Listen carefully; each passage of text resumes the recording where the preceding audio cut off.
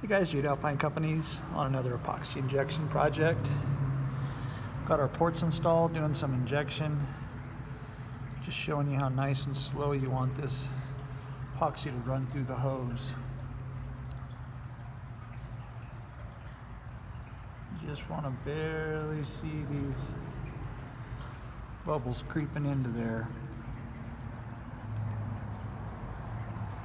Most important thing injecting these is you don't want to blow the epoxy out the back of the wall, and you don't want to blow the port off the wall itself, which can happen real easy if you're not injecting this real slow with the proper amount of pressure.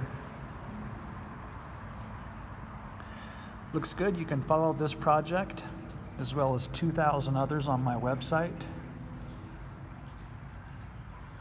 Thanks for watching, Jade Alpine.